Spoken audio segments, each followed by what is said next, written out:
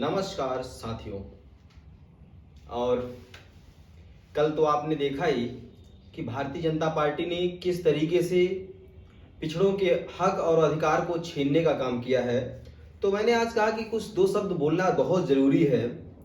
Bharatiya Janata party सिर्फ राजनीति का चेहरा और पिछड़ों को मोहरा बनाकर काम करती है।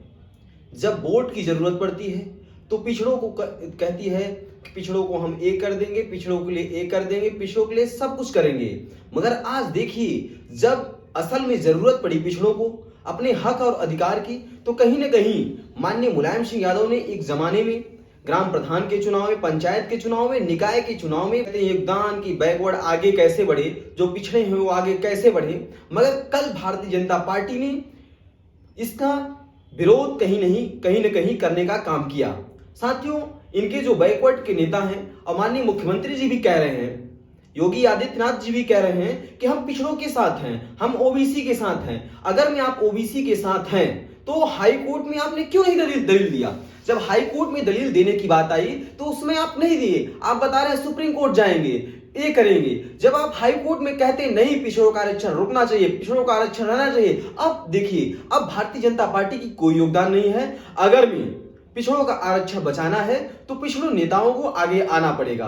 देखिए, भारतीय जनता पार्टी के लोग बहुत दिमाग से किस तरीके से पिछड़ों को बरगलाना चाहते हैं। सामने 2024 का चुनाव है, सोच रहे हैं पिछड़े कहीं ना कहीं हमसे नाराज हैं क्योंकि पिछड़ों के लिए हमने कुछ किया नहीं, न रोजगार दिया, न उनके हक और अधिकार की बात की। कहीं ना कहीं हम इनकाउंटर कराकर मारने का काम किए, गलत बुलडोजर चलाने का काम किए, सिर्फ द्वेष भाव से। तो पिछड़ा इस समय बहुत सतर्क है। पिछड़ा चाहता है कि भारतीय जनता पार्टी की सरकार दोबारा न बने। और सही बात यह है कि ओबीसी की संख्या, पिछड़ों की संख्या 1931 में जब अंग्रेजों की हुकूमत थी, अंग्रेजों के गुलाम थे हम सब, तब जब एक जनगणना हुई थी तो हमारी संख्या 52% थी, ओबीसी की संख्या 52% थी। उसके बाद लगातार जनगणना ये लोग करने रहे। हमारे नेता आदरणीय अखिलेश यादव जी कहते हैं जिसकी जितनी संख्या भारी उसकी उतनी हिस्सेदारी।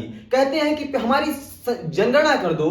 देखिए, भारतीय जनता पार्टी ने एक आरोप लगाया, बहुत बड़ा आरोप लगाया कि जब पिछड़ों की सरकार होती है, अखिलेश यादव जी मुख्यमंत्री होते हैं, तो सिर्फ पिछड़ों में यादवों को फायदा मिलता है। मगर अखिलेश यादव ने कहा ठीक है, अगर मैं यादवों को फायदा मिलता है तो गलत, चलिए मैं मान लिया फायदा मिलता है। मगर जो ये भारतीय जनता पार्टी के लोग, आरएसएस के लोग यादवों को बदनाम करने का काम करते हैं, अखिलेश यादव को बदनाम करने का काम करते हैं, तो उन्हीं पे अखिलेश यादव ने कहा हमारी गिनती कर दीजिए, यादव कितना है, कुम्हार कितना है, नाई कितना है, जो भी जितनी जातियां हैं, लोहार कितना है, प्रजापति कितना है, मौर्य कितना है, कुशवाहा कितना है, एक एक जातियों की गणना कर दीजिए। जितनी हमारी संख्या होगी, जितनी जिसकी संख्या भारी उसकी उतनी हिस्सेदारी, और हिस्सा दे दीजिए।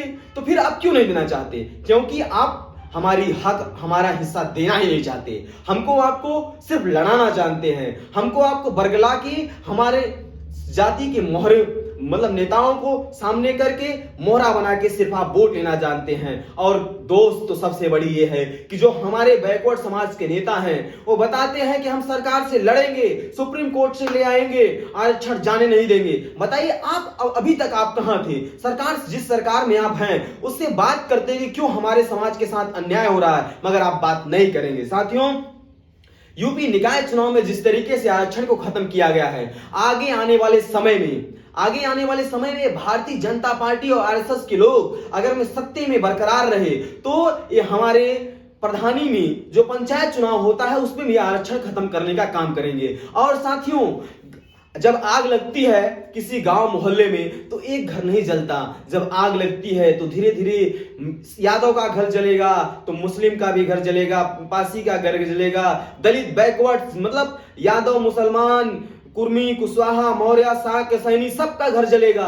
तो सिर्फ यह यादव का घर नहीं है साहब। तो आप लोग सोचिए, समझिए, कहीं ना कहीं कल दलित का भी आरक्षण छीनने का एक काम करेंगे, क्योंकि ये तो संविधान के साथ छेड़छाड़ कर रहे हैं। बाबा साहब ने हमें संविधान दिया था, उस संविधान के साथ छेड़छाड़ कर रहे हैं। एक गलत बात है। अगर मैं ये बताते हैं, योगी आदित्यनाथ जी कहते हैं कि मैं आरक्षण लाऊंगा, मैं आरक्षण को खत्म नहीं होने दूंगा, तो बताइए आप ट्रिपल टेस्ट क्यों नहीं कराए? बताइए क्यों नहीं आपने ट्रिपल टेस्ट कराया? ओबीसी आयोग का गठन क्यों नहीं किए आप? ओबीसी आयोग का गठन कर देते, ट्रिपल टेस्ट के तरीके से सारी जानकारी दे देते, तब आरक्षण हमें देते। क्यों आप हाई कोर्ट जाने दिए? हाई कोर्ट के लिए आप बाध्य क्यों हुए? आप वहां क्यों नहीं दलील दिए? क्योंकि आप चाहते थे कि हम इस पे राजनीति करेंगे।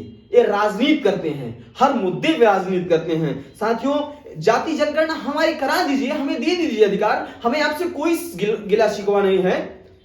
मगर जब देश की सब चीज गिनी जा सकती है, गाय गिनी जा सकती है, भैंस गिनी जा सकती है, मुर्गी गिनी जा सकती है, सब कुछ पेड़ गिना जा सकता है, तो बताइए जाति क्यों नहीं गिनी जा सकती? इंसान क्यों नहीं गिना जा सकता? ये भारतीय जनता पार्टी के लोग जानते हैं कि हमारी संख्या कम है, यानी बैकवर्डों की संख्या पे हम राजनीति कर रहे हैं, और बैकवर्डों की संख्या पे आप राजनीति कर रहे हैं, तो आप उनका हक अधिकार क्यों नहीं देना चाहते भाई? क्यों नहीं देना चाहते? आप चाहते हैं कि गरीब रहेंगे, गुलाम रहेंगे, जब गरीब रहेंगे तो हमारे गुलाम रहेंगे। मगर नहीं साथियों, हम लोग इनका विरोध करेंगे। और साथियों,